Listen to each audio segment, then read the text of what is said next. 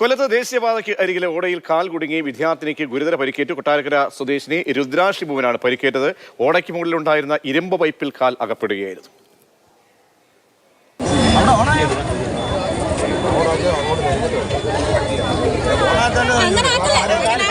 Kottarakkara saint Gregorios higher secondary സ്കൂളിലെ +1 വിദ്യാർത്ഥിയാണ് രുദ്ര ഷിബു. ഇന്ന് രാവിലെ സ്കൂളിലേക്ക് പോകാൻ വേണ്ടി എത്തിയതായിരുന്നു ആ വിദ്യാർത്ഥിനി. ഈ വഴി നടന്ന് പോകുന്ന സമയത്ത് ഞാനിപ്പോൾ നിൽക്കുന്ന ഈ ഭാഗത്തെ ആ വലിയ കുഴിയിൽ അവരുടെ കാല് അകപ്പെടുകയായിരുന്നു. നമുക്ക് ഇപ്പോൾ കാണാൻ സാധിക്കും. ഇപ്പോൾ ഈ പൈപ്പുകളൊക്കെ തന്നെ പൂർണ്ണമായും ഇളകിയിരിക്കുന്ന ഒരവസ്ഥയാണ്. ഒരാളുടെ കാല് വെച്ച് കഴിഞ്ഞാൽ കാല് താഴേക്ക് പോകുന്ന ഒരു സ്ഥിതിവിശേഷം. ഒരാൾ തന്നെ ചിലപ്പോൾ താഴേക്ക് പോകാനുള്ള സാധ്യതയാണുള്ളത്. ദേശീയപാത അതോറിറ്റിയാണ് ഇതിന് അറ്റകുറ്റപ്പണി നടത്തേണ്ടത്. പക്ഷേ ദേശീയപാത അതോറിറ്റിയോട് പല കുറി പറഞ്ഞിട്ടും അറ്റകുറ്റപ്പണി നടത്താൻ തയ്യാറായിട്ടില്ല. ഇവിടെ 3 വിദ്യാഭ്യാസ സ്ഥാപനങ്ങളുണ്ട്. ഒരു സ്കൂളുണ്ട്, അതുപോലെ തന്നെ ഒരു കോളേജുണ്ട്, ഒരു BEd സെൻ്ററുണ്ട്. അവിടത്തേക്കൊക്കെയുള്ള വിദ്യാർത്ഥികൾ പോകുന്ന ഒരു സ്ഥലമാണ്. ചേട്ടാ, ഈ അപകട സ്ഥിരം ഉണ്ടാകുന്നതാണോ?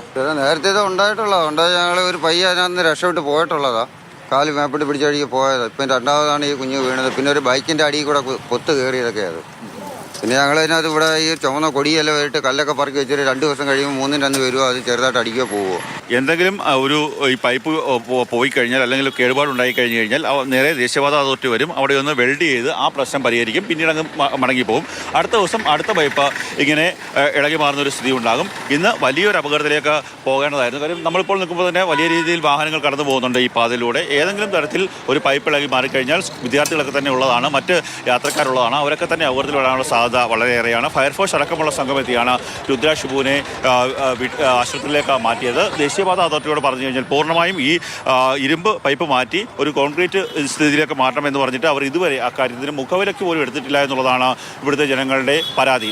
ക്യാമറമാൻ ഷാനാസ് ഫരീദിനൊപ്പം കണ്ണൻ നായർ, മാതൃഭൂമി ന്യൂസ്, കൊല്ലം.